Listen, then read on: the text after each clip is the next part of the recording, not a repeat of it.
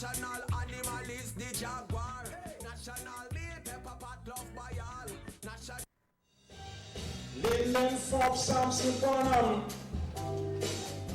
well known as the master politician, and was an outstanding statesman too. He was a great leader, and our hero, you understand. That's why we remember Edmund Fitzgerald. Yeah, good morning, viewers. I'm here with you again today. You know, as usual, we have our program the fourth Sunday each month. My name is Clayton Hines, and I am hosting this program on behalf of the Forbes Bonham Foundation. Today, with me in the studio is Chairman of the Foundation, Mr. Vincent Alexander, and I have with me in the studio as well, Mr. Lincoln Lewis. And you know, only recently in the news, there were issues in relation to ancestral lands and representation that is being made by the African Guyanese in relation to ancestral lands. I think we need to put ancestral lands in context. And before I get on to you, Ken Lincoln, I know you have been very vocal on the land that have been left by your relatives. Vincent, I want to introduce this program by saying I would like you to give me a general overview.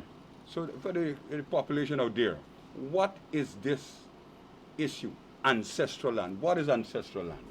Thank you very much, Clayton. This is a matter that has been contentious for some time now. It's not something recent. I recall very clearly during the Hoyt regime that there were issues in the East Bank of Essequibo, I think in the farm area, where the citizens had to take action for what I may call the reclamation of their lands, and which were essentially ancestral lands. So it's a matter that's been on the agenda for some time now, and I think that with the establishment of the Caribbean Commission for Reparations, and more recently the establishment of the National Decade for People of African Descent, this matter has come center stage from the perspective of the people of African descent, but has been center stage in some regards from other people's perspective because they've attempted to occupy these lands. So what are ancestral lands? I think we should rely on what is now a recommended definition coming out of the work done recently under the Granger regime in the land inquiry. The land inquiry came to the conclusion that ancestral lands represented a number of things. One, ancestral lands represents lands which were purchased by people of African descent and which have been passed on from one generation to another. Lands purchased. And those lands were largely villages which were purchased after emancipation by the people of African descent with their own resources. So that's one category of lands referred to as ancestral lands. The Commission also accepted that there were lands that were occupied by people of African descent after emancipation and have been occupied ever since by them, and that those lands are also considered to be ancestral lands. That's the second category. The third category of lands that have been defined as ancestral lands are lands which have been humanized by people of African descent. They would not have owned those lands because in the act of humanizing them, they were enslaved. But they were the ones who did all the work to make the lands habitable. And so the Commission accepted that those lands too could be considered lands that are considered to be ancestral lands. So there are three categories we're talking about. One, very clear, there could be no ambiguity about it, lands which were purchased by people of African descent. Unequivocal. And in the main, those were villages. There were two types of such villages. There were proprietary villages. In the case of proprietary villages, what did that mean? It meant that the plantation owners had sold the front lands They put aside the front lands and sold them to people of African descent, but those persons bought those lands as individual plots. But the plots were adjacent, and so they made up a collection of lands which represented the establishment more or less of a village. I think Queenstown is one of the better examples of that kind of acquisition of land. And those were called proprietary lands because each individual at the very inception got his own transactional document for the ownership of those lands. Then we have the communal lands. The communal lands. In the case of the communal lands, there wasn't individual purchase. In the case of the communal lands, it was largely villages where either an individual or a number of individuals came together and did a collective purchase. So they purchased it, they got one transport with all of the persons who were contributors to the purchase listed on that transport as owners. And one can talk here about undivided lands more or less in terms of the manner in which they came to own these lands collectively. What's important about those lands from a historical perspective is having purchased the lands collectively, they then did allotments to individuals because remember there were individuals who came together to purchase those lands. They did allotments. So each individual got land to build his house or her house or what the case might be. But in addition to the allotments, there was those individual allotments, there was an allotment for communal use. So they put aside lands for pasturage, they put aside lands for recreation, and they put aside lands for things like churches and so on. So those lands were not given to individuals. Those lands continued to be in the domain of the collective, whilst individuals were given their own allotments to build their houses and so on. One has to go on further to understand the evolution of that kind of village. Because what happened, over time, remember they started off by having management committees, which were voluntary bodies. They weren't statutory bodies. They weren't bodies that were provided for by the laws of Guyana. But in order to make sure that they had more authority to exercise the right to collect contributions towards the maintenance of the village, they then sought the government to make these bodies what we now call local government bodies, so that came into existence local government bodies, not this voluntary management committee anymore. And those local government bodies then became responsible for the control of the common lands, or the communal lands. So you had now the allotments to individuals, and you had, in a sense, the local committee, which was really a successor of the management committees, becoming responsible for the communal lands. But you must bear in mind that those local government bodies at that time were made up of the same villagers. They weren't people from outside. I mean, you did have some, like the JP and a government representative and things like that. But the committee, the local committee, was responsible for the local area, essentially under the control of the local people. And so they looked after the communal lands.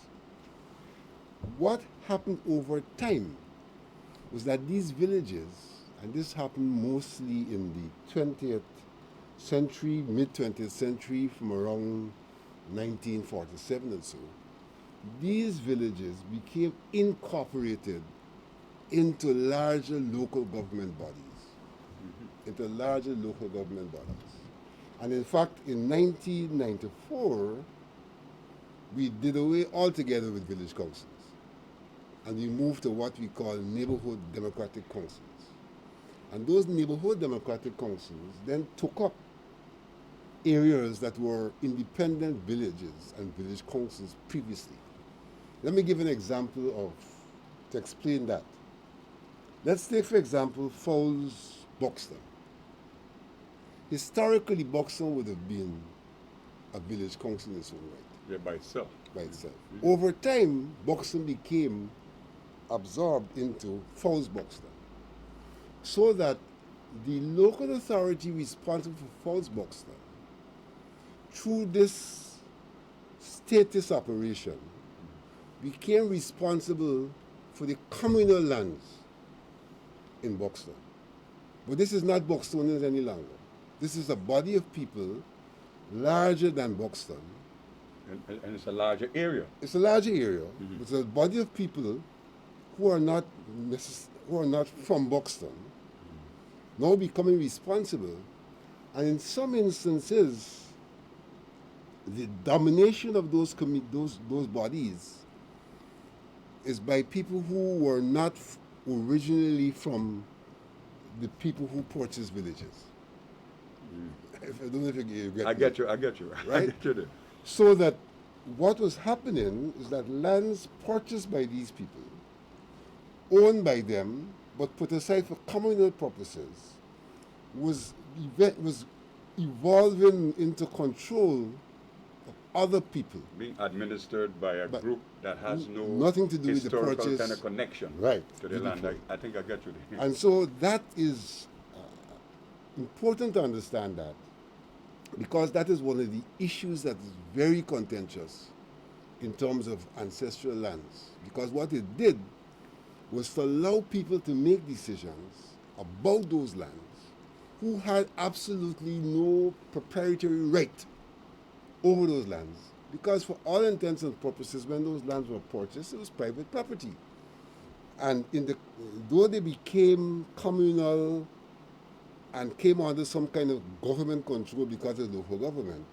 Because of the change that happened in 94. No, where they not before established- 94. They became under local government control earlier on.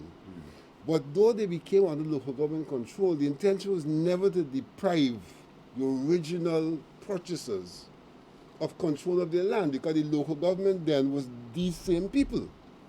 But the local government system, through its evolution over time, morphed into something much bigger in terms of the control of these lands by other peoples, and therefore started to deprive the original owners of the lands. But remember, the definition of ancestral lands has never changed. It continued to be, in this particular circumstance, lands which were purchased by people of African descent and, in fact, passed on from generation to generation. And may I say, as I say that in the definition of ancestral lands, the Commission also gave that definition to the indentured people who acquired lands, but their lands. So the indentured people also have ancestral lands, and these were lands that they would have acquired, not the lands in African villages, lands outside of African villages that they would have acquired as a part of the process of indentureship and what was appended to it. So that you have that category which affects both lands that were purchased and lands that were occupied. Both sets of those lands are now affected by the way in which the local government system has evolved over time and brought those lands under control of people other than those whose parents acquired and passed those lands on to them. So that's a very, very critical and that's the contentious part I'm glad of that this whole thing. That is a very elaborate explanation, idea, and description of what ancestral land is. I'm glad that you have been able to expound and explain to the general public what is regarded as ancestral lands. Lincoln, recently you were engaged in some exchanges representing, as you claim, lands that were purchased by your relatives, grandfather, great-grandfather, or whoever that may be, on the west coast of Berbice. And I think I should say I'm very happy to have you here on this program because people have been talking about that engagement and the kind of remarks and statements that have been coming out in relation to the stand you took. So I am glad that you're on this program today, and I would like, based on what Vincent has just outlined, giving us a broad concept as to what ancestral land is, I would like for you to just enlighten us in relation to your stand at Kingelly. Thank you, my brother. Let me say from the outset that I didn't wake up a morning and get the understanding that this land belonged to my family. I grew from a boy understanding that.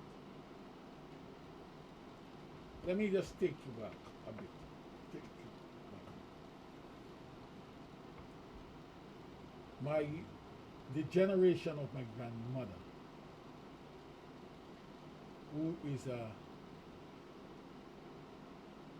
my generation of my grandmother, who is what we call a great grandchild of Kojo Makos. That generation was pursuing this land issue. They surveyed that land. They did 2 surveys on that land. But the people who were living on the land originally, they were paying a rent. They were living across, just by the roadside, not far.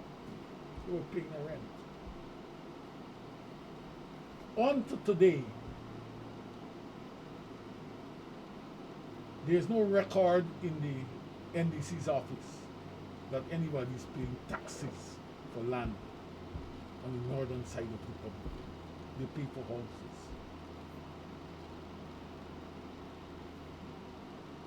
The people who are on the southern side, they pay for land and they pay for houses. Because it is known in all the records that this is Kojo Macpherson land. And when I went to the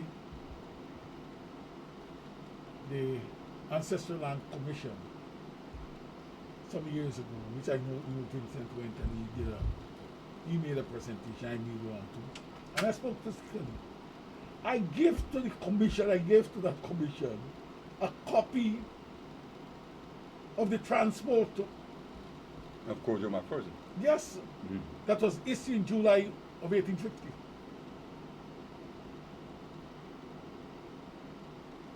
But over time, what they did is that when my uncles and aunts, my great uncle and great aunts and so on, when they transported that land and they moved to transfer it, the same people who some came from Bath settlement, from Bath Estate, in fact, not Bath settlement. Yes, state, Bath yeah. Estate, right? A number of them were living there. They lived there. So they were renting places. They challenged. Occupied plots on the same land. Yes, they were paying a rent for where they were. They challenged the issuing of this transport, the passing of the transport to the ears of Kojo. Right? That matter was tied up in court for a number of years. The lawyer was representing the family with Donald Robinson. And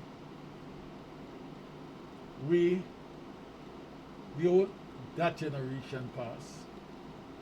My mother generation, most of them passed, maybe one person left in the village, James Macpherson. James is the only one of that generation. James and Bornell. James and Bornell, you are right there. They are from that generation. And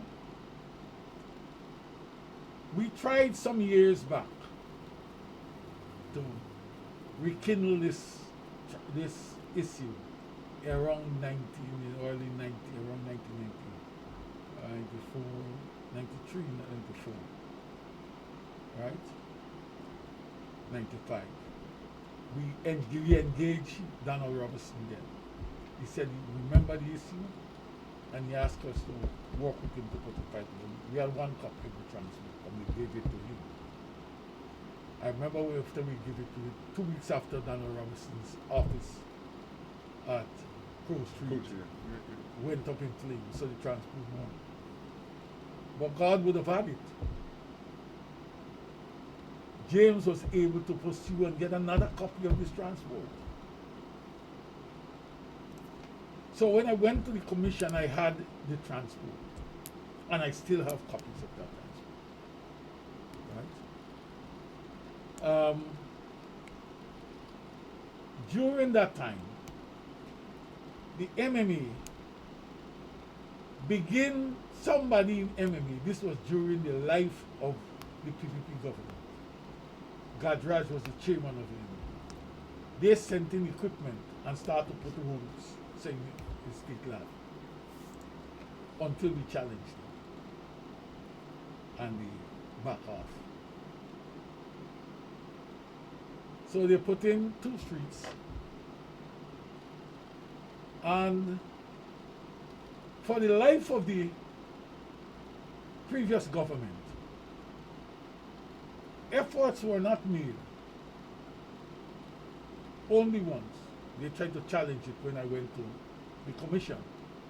During that time, they tried to challenge it. But no action was taken to move beyond the 2nd Street. That was it. Immediately after this government was put into office, they began to put material on the site to fence it. One of my cousins called me. It was a Friday morning, and he said, "This is what is happening." So I turned up on Saturday, and I observed they were ready to come to take the land. But this land, notwithstanding all the things that we went through in the past, this land was surveyed last year. There's a plan that we have for the land. Mm-hmm. That survey was submitted to Lands and Survey Department. Mm-hmm. It was filed since last year. So where they came, the pall for the land, where they started to put the fence down, the pall for the land is Regdy. It's the unoccupied land. When I went to the commission, I made it very clear that those people who have been settling there and are entitled to prescriptive rights, we will not oppose it. Mm-hmm. We will even facilitate the process of the matter. But all unoccupied lands in Kingley North belong to us and must not be touched. But they turn up the morning and they're telling me what they're telling us that this is not Granger time. This is Ali and Jagmeet. So they're going to take it. Right? I want to. Let me make a point to you. I'm virtually living in Berbice now. I spend about 70% of my time in Berbice. You heard the Minister of Agriculture when he had meeting with them. He had the regional chairman there when he meeting with them. He had Nandalal there he keep meeting with them. Let me tell you something. All of them when they went, I was on the land, I was there doing work, but none of them come down here to find out or look at what is going on. All they're doing is riling up people that Lincoln Lewis come to take the land. This man, one of them is so dishonest. The law do not permit. He say get transferred. Prescriptive right, through prescriptive right. for lands there. Okay? He says it's state land. The law say you can't petition the government, the state, for land. So if you go prescriptive right, this land got to belong to somebody. That's right. And I say you belong to Kojima for years. And that's the less level of dishonesty. Like now I'll tell you people to come and break down the fence. Well, hear what he said. He was very careful. He said, if you believe the land belongs to you. Right? Yes, I think I read This is a man, I don't forget him. Remember the Indian arrival ceremony? Was it with Canal? We talked about what they came as beggars and now they're the kings and whatever. I want to tell them something. I want them to understand that land get young kings and queens. Right? And we will not allow them to come in and do as they like. That's it. Yeah, Lincoln, obviously that is a very contentious issue, and I know that the sympathy of the larger population of Guyana is with your family in relation to the disposition that has been displayed by the kind of current government in terms of attempting to acquire this land. But Vincent, I want to bring you in here now. I want to a matter follow like up. that- I want to follow up on that land matter. Mhm. Lincoln made it clear that there is the southern side of Kingley, Yeah, that and has. there's the northern side of Kingley. Southern and northern side. And this is and the demarcation, according to him, is the public road. Yeah. The public road is the Yeah. demarcation. I have a clear recollection. First of all, the McPhersons, the inheritors, successors, their main family house is located on the northern side. It's located on the northern side. It has been located there all of my life. And I'm saying this because as a small boy, my grandmother, who has her origins in Berbice as well, has taken me during the school holiday to Kingley. And I have stayed in the McPherson's house on the northern side. The land to which Lincoln is referring during that period was unoccupied and continues to be unoccupied. And in fact, that land was used largely for pasturage and for some agriculture. The McPhersons did rice on the southern side back then. But in the northern side, it was pasturage and some perennial crops. Right? So this is, I'm talking about actuality. Actuality. What Lincoln has said is that some people rented lands in that area. And the position of the McPhersons, no, is that the people who rented land is not a problem. The problem is the people who are now coming to claim land.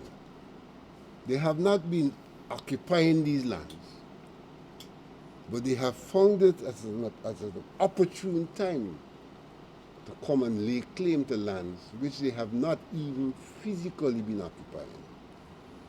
The McPhersons, like good African people, have said to the ones who occupied for decades On the southern side. on the northern side, Yeah. Oh. on the northern side. All right, you've been occupying, you can get prescriptive rights. But these lands we are talking about, that Lincoln is talking, are unoccupied lands. These lands represent a matter that was laid before The commission. the commission for resolution. One would expect that a government coming into power would follow through on the work of the commission Submissions. in an attempt to resolve the matter. But we have a very, very funny situation from a governance perspective, where the Attorney General just flip his caps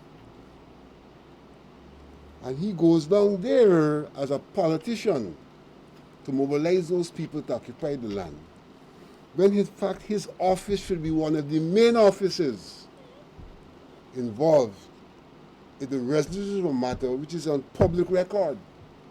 This matter is not no secret, it's on public record. Because, as Lincoln said, a submission was made to the Land Commission.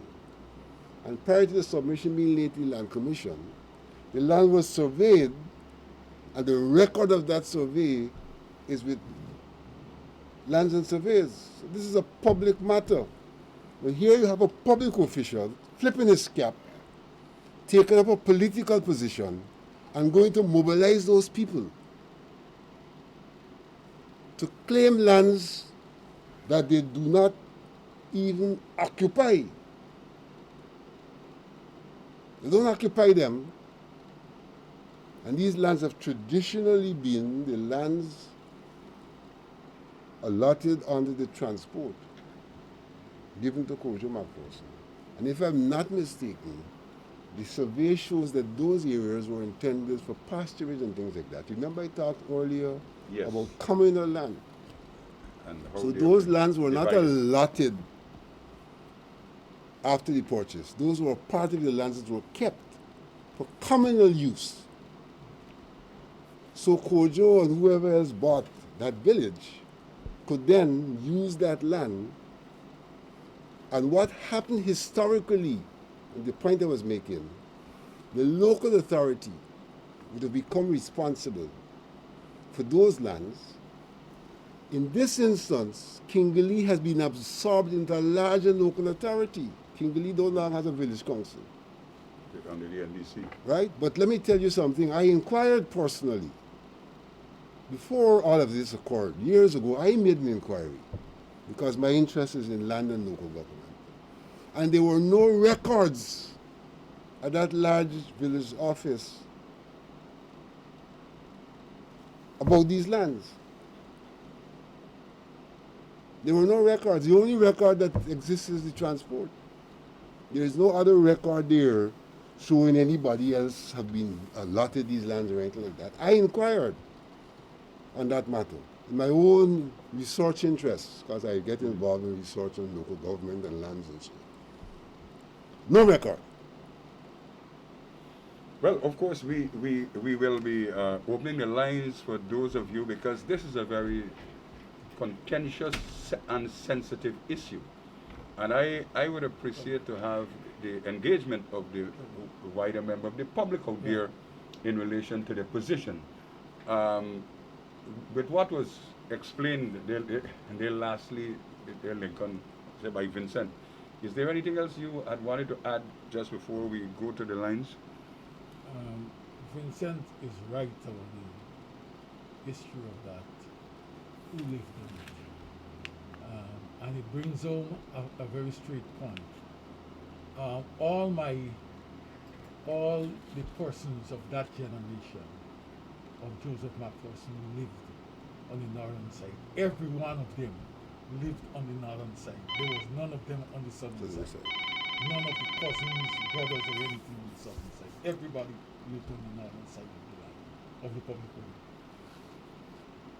There is one other issue before we go to the lines, Vincent, I wanted you to highlight. The need, in fact, let me just say that the past government, APNU, AFC government, had established a ministry called the Ministry of Cohesion. And my understanding of cohesion is that it's an exercise that is trying to bring together all the 6 races of Guyana.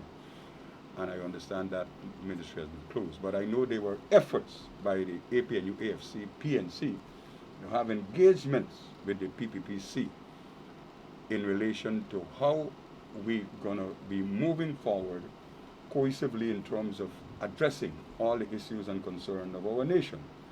And I think the basis upon which the refusal has been made by the PPPC is that they're claiming that currently there is no recognized interlocutor representing the APNU, AFC, PNC, whatever you want to call it. What is your comment on that? Well, there's a historical perspective to this. I think there's been a recognition from the day we really embarked on a serious struggle for independence that we had a multi-ethnic, plural society. And that's reflected the formation of the PPP. In the formation of the PPP, a special effort was made to ensure that there was representation of the main ethnic groups in that party. And so, at the inception, you had Jagan, you had Ashton Chase, you had Wong and these people. And when Ashton Chase stepped back, they searched, and through a recommendation of progressive Jamaican, found Burnham, who at the time was just about to graduate from his law studies. And they said, look, this is a guy given his record in London as a student leader and all of that, would make a good leader. And he was invited to become a part of that initial process of formation of PPP. The point I want to make is this, that the founders of this country recognized that there was a need for cooperation, collaboration, and cohesion among the ethnic groups if you were going to go forward, from the inception. So the people who come and tell you now that people want this because of they want power, they don't understand the history of this country. From the inception, it was recognized that there was a need for cohesion between the ethnic groups, and in furtherance of that, they went searching to find leaders from all sides, ethnic sides. And that's how Burnham became involved in forming the PPP and all of that. We know of the problems we've had, but we also know that Burnham and Jagan continued, in the face of all of the difficulties, to have talks to see how they could mend the fracturing that took place in 1953, after 54. And so we know about the talks they had in the 1970s. We know about the talks that they were having in 1985 before Burnham died, in recognition of the problem and in an attempt to solve the problem. Now, so this problem has been a perennial problem, a fractured society, a plural society, and an electoral system that does not allow for a government to emerge that is representative of the Guyanese people. Largely, governments emerge that represent one side and don't represent the other side, so to speak. One quick question there, Vincent. Couldn't it be that as a result of us Guyanese failing to have in our school system some non-partisan script that represents our history to be part, so that our people, young people, children coming up can be a part of this. I've been trying to get that issue on the front board. That's a part of the problem, the miseducation that we've been subjected to. Our education system has not allowed for mutual respect and mutual appreciation of the different groups. There's nothing in our education system that tells us about our origins, how we came, who was oppressed and all of that, and who owned village and all that, nothing like that. So that we have not grown up as a people who have been able to understand how historically we've been divided to be ruled, but that we've all been subject to oppression and exploitation by the same set of people, and that, in fact, our future can only be guaranteed if we overcome that fracturing, precisely, which was induced to ensure the Europeans could dominate and rule So that this, let's get to the chase of the matter. Yes, the interlocker. Some years ago, in fact, during the constitutional reform process, this issue of shared governance was raised again. It was raised in some regard by the trade union movement in the 1980 process, Polydor. And out of that Polydor's submission, there is a provision, I think it's Article 13 of the Constitution, that seeks to speak about the involvement of people in decision making. This is not something new Alexander making up, like some of them want to write and say they lose elections and now they want a part of government. This is a matter we have been looking at historically. In the 2001 exercise, the matter came up again. And that is why we now have these constituencies and all of that, which are imperfect, which we have not perfected. So that at one point in time when the matter was raised with then President Jagdeo, he said that there was not enough trust Yeah, I remember that. for us to move into inclusive government. And so we got to build trust first. He held a forum at State House and published on behalf of the PPP a document about building trust. That is again a point of recognition of the problem. The Granger government tried something called cohesion. Recognition of the problem again. Now, immediately prior to the declaration of the results, there were those of us who are aware of this age-old problem and the dysfunctional democracy in elections, which really is a source of problems and any solution to the country's problem, who took an initiative even then and said, look, why don't these two leaders speak? You're declaring these results, but we know this thing will solve Guyana problem. And because of that, the chairman of the commission spoke to Jagdeo and Granger and said, we are giving you guys an opportunity to have a conversation about this country before we declare these results, because we know these results don't necessarily solve Guyana's problems. On that occasion, the report we received was that Jagdeo said, look, we had elections, let me get the results first, we will speak immediately after. That's what Jagdeo said. Immediately after him come yet. And what we have heard now, Jagdeo saying, that these people thief elections and everybody dishonest, and therefore there's nobody to talk to. We have seen in Israel and the Palestinians, they're killing each other and talking at the same time. What authority Jagdeo has to make a decision as to who has the moral right to speak on behalf of 70% of this country's population? What authority? During the Granger period, I'm told, Granger was about to embark on similar talks, and he nominated Nagamutu, and Jagdeo said we ain't talking to Nagamutu. So what is happening here now is Jagdeo wants to occupy all the political space in this country. He must decide with the opposition. Who could speak for them? So we have a serious problem. Efforts are being made to address the problem, and one party seems to have decided that this problem it doesn't exist, so it doesn't have to be addressed, and they're going to do their own thing. And in those circumstances, if that persists, people will have to find other ways to solve this problem. I think I want to go to the lines now to take some calls.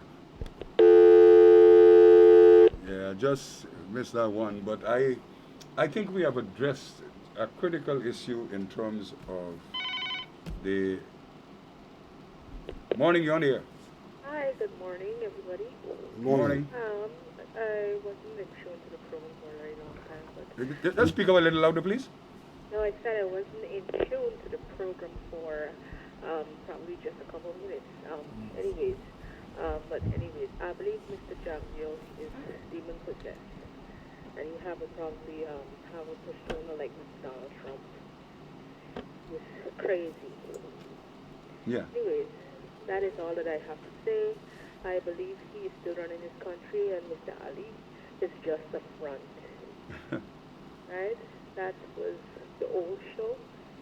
He is just putting everybody there, and he is running everything. Like Okay. Ramatar, everybody. Ali is just a showman and just somebody who signs people. All right, thanks for calling. Goodbye.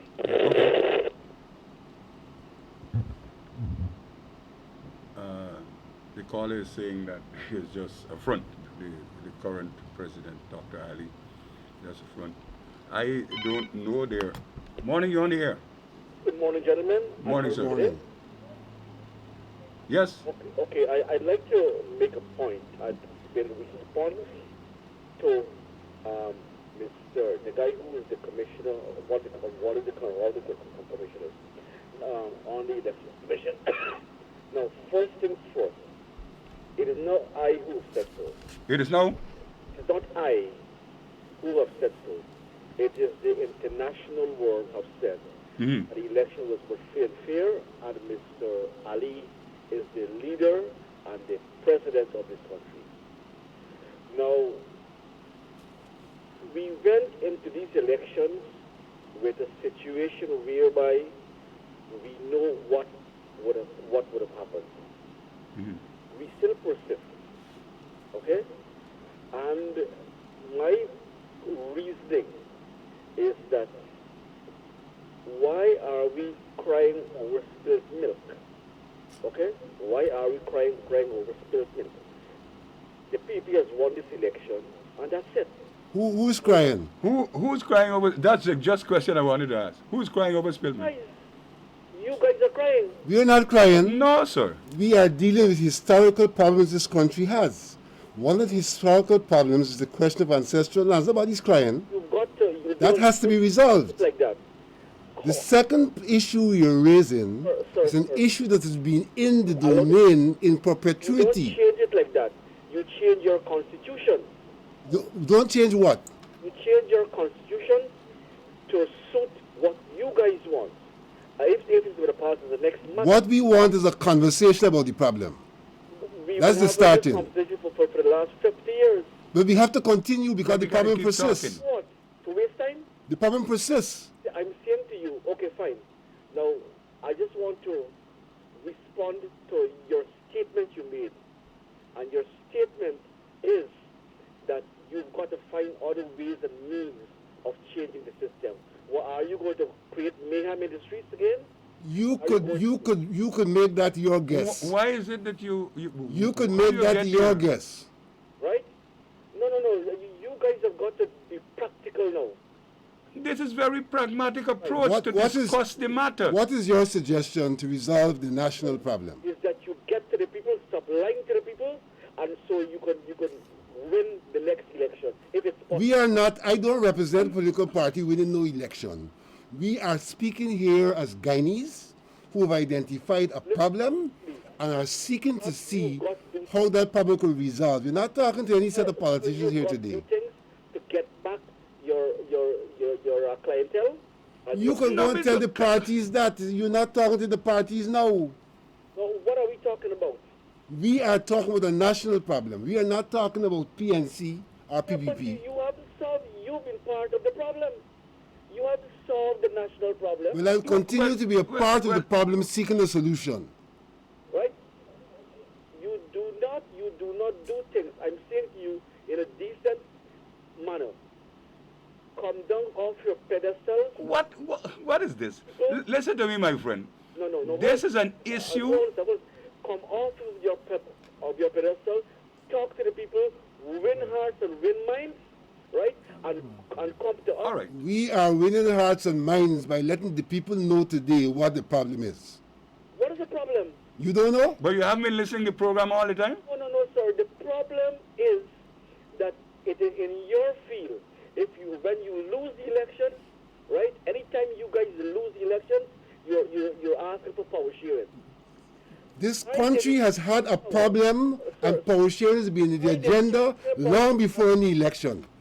So you are not knowledgeable. He's not current. Anyway, let me thank you. Let me You have a thank nice you for your time. call. Let, I think you want to say something on this matter, Ken let Lincoln? me tell you something. Yeah. I have been calling under the current constitution that the issue of shared governance,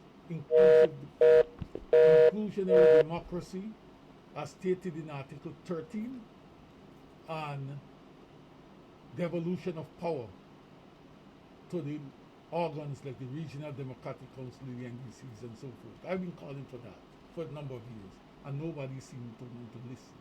I shall continue to call about it. But let me make the point I want to make about this. The PVP, the APN, the coalition won an election in 2015. The PVP put in an election petition.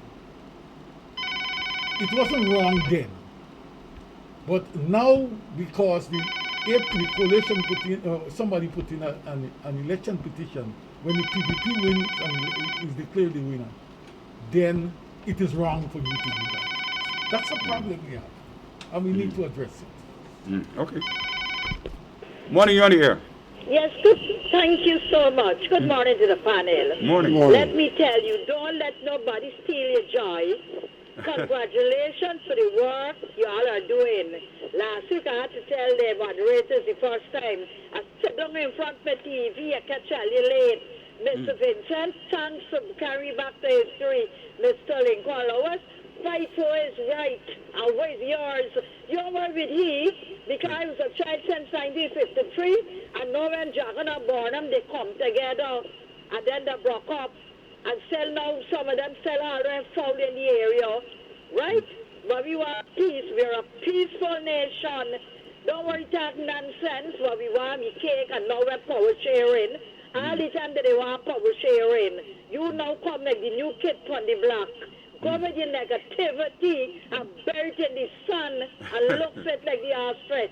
Move forward. Thank you for the program. Yeah, thank Keep you. us informed. All right, thank you Amen. very much. That's all the reason for our program.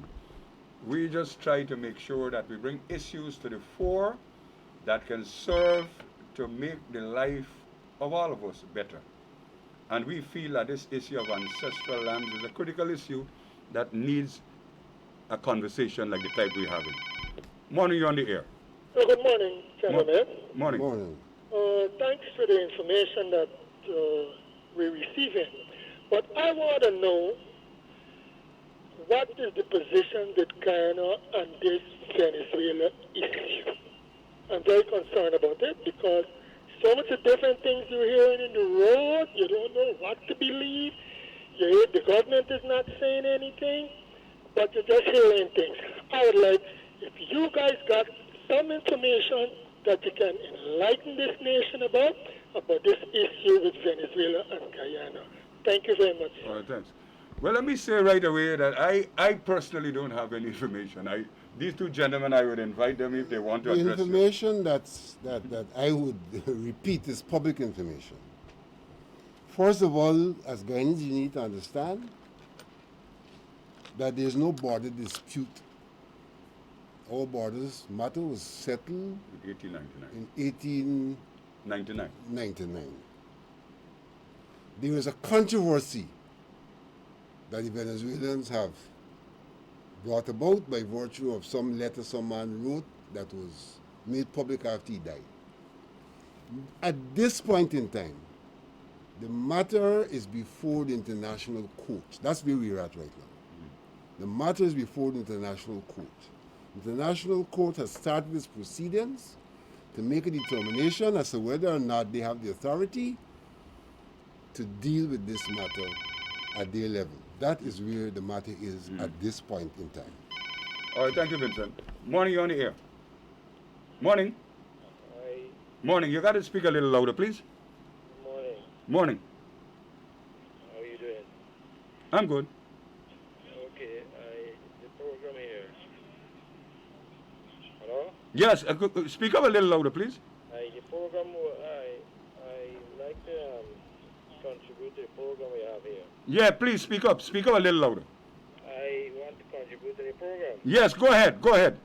You talk about ancestors' land, right? Yes. The first thing I went in the National Service, I wanted to get it, I went in the National Service. Yeah. You hear this gear up there? Yes, I'm hearing you. And some of this land sold out, and people claiming back some of this land. What would be out? Yes, people sell out the land, right? Sell the lands out, and want to claim the land back. Where did this happen? A lot of areas, people sell the lands out and want to claim back the land. If they sold their lands, that's a legal transaction, yeah. and they have no basis for claiming. Claim the lands them back. Mm. Good. And the next thing, a lot of black African people have land, mining land in the interior. Mm. And they sell out the mining lands and still want to go and claim back the mining land too. Well, like Mr. Alexander said, if a person has sold something, then you have no legal basis to go back and try to claim it. Yeah. But you understand what I'm saying? So I don't find that, but the person, whoever they sold to, got to be very stupid to give up something that they bought legally. Are you there? All right, thanks for calling. Listen to you. Yeah, that's the point. That's the point I'm making. Yes, the other problem, them giving up their mining land, them sold it out, and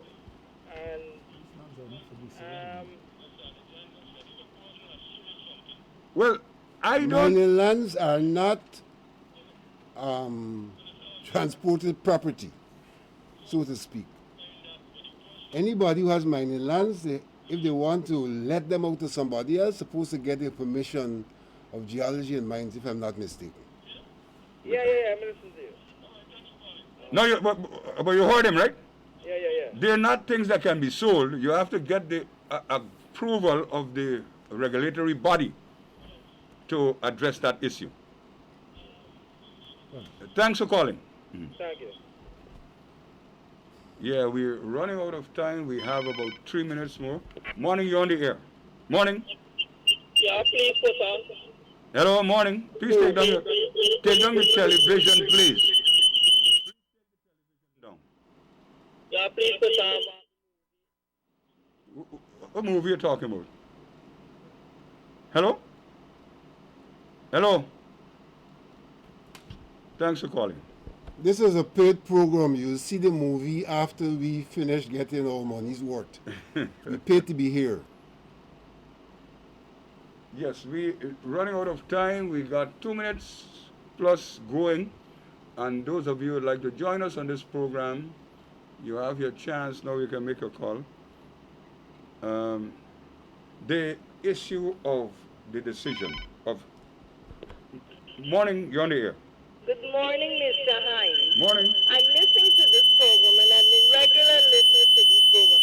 But I want to know why you, Lincoln, and Vincent don't answer these people properly. Answer properly. Don't give them the right answers. In relation to what? In relation to what? Yeah. When I see y'all personally, I can tell you why me. No, if we don't have the right answers, you have the forum too. You can tell us what the answer should be. Oh, I am telling you now. I can tell you the answer. These people that just call this program, sometimes they head on good. Because like they don't remember. They don't remember. All right. Okay, I gone. Right, thanks for calling. Thank you very much. Yeah, sometimes you have to be very careful with what you... Morning, you're on the air. Morning. Morning, sir. Hi there. I want to talk just quickly about the issue. Yes. The other morning, they were talking about prisoners. Those prisoners who are there and then getting bail. But I want to tell you, bail is a big business. You find that the people who get bigger charges can get bail because they've got the crew who they could go and pay money to and get bail. These youngsters are some of the poor people who are in there. They ain't got money to pay these guys.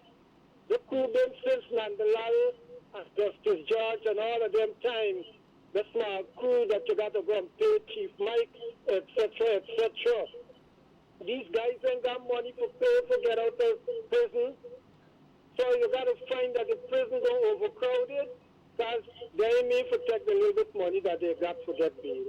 So this bail, this overcrowding at Louisiana and bail issue is a big problem because bail is a business in this country. So and if you that's- don't deal with it, you're going to always get overcrowded. That's a matter for the Minister of Home Affairs to address, I suppose. May I say we understand your concern, but we cannot, on this public medium, entertain the calling of names in relation to these matters I'm sorry about when that. there is no evidential. Evidential to support I'm whatever. sorry We have to. about that. We have to. You know. Sorry it slipped out. Sorry it slipped out. All right. But bail is a big business, and they got to look at it because the prison will still stay overcrowded. All right. Thanks for calling. But, Vincent, I want to go with you first. I think we've had a very good program. You have quite rightly put in perspective this whole issue of ancestral land. And your closing thoughts. I would just like to say that there is a real issue of ancestral lands, and that we have got to, as a nation, maturely address this matter. We've gotten to the point where there was a land commission. I'm quite sure there's a report, and it is an obligation of the government to take the matter forward from that point and not to continue to make this issue a political football. Guyana is a plural society. We have seen through our electoral system that the country is fractured and that this one-party rule has not been beneficial to the country. And if we're serious, we have to find a way out of this problem that we have identified. These people who jump in here and saying that people want power sharing because they lose elections, they're talking to the wrong people. This country, from 1953 to now, at the level of the political people, by virtue of what they have done, 53 they formed the PPP, they went together to have independence talks. Bonham and Jagan talk in 77, Bonham and Jagan talk in 85. Constitutional reform talk about the people's involvement. Jack Dew himself said they want to build trust before they have inclusivity. There has been a national recognition of the problem. And what we need to do now is, having recognized that problem, to seek to find a solution rather than to continue with the old plaster which has not worked. Thank you. Let me say to you that. Yeah, Lincoln. Let me say to you that I do not believe that there is any goodwill for any act of inclusivity. Since I've been involved in this struggle with the family land, and I've been out in the beast, each day, either people come from Georgetown, Nuansland, or Quarantine, come to talk with me. And some people drive from Georgetown to come to Lobbies, like on Friday, and two persons who come till up here just to talk to me. We need to move beyond. Kingley must only be the catalyst. We have to make sure that the villages throughout the coastline, coming from Charity right on to Crabbe Creek, are insulated. Because this government is prepared to run some people off of lands that they have control and give it to their supporters. Something has to be done. They don't believe in inclusivity. Even President Carter, in one of his summation about what is taking, he said that Mr. Jagdeo don't believe in inclusionary democracy. We don't believe in it. We're wasting time. And this government is run by him. It's dictated by him. And there are a number of people who will be marginalized. And let me tell you what they will do. They will look for people who are strong, who look like me and Vincent and others, who are strong enough to stand up to defend the base, the people who look like us, and seek to pick us out one by one. Because they want to run roughshod. They want to subjugate a group of people in this country. I have a message for them. I have a simple message for them. It will not happen under my watch. Thank you, Lincoln. I want to say thanks to our viewers for being with me today on this program. I want to give you the assurance that the 4th Sunday of October we'll be back here with you for another program under the auspices of the Lyndon Forbes Samson Bonham Foundation, the State of the Nation. I've been your host, Clayton Hines, and thank you to you gentlemen for being here today. Thank you very much, Clayton.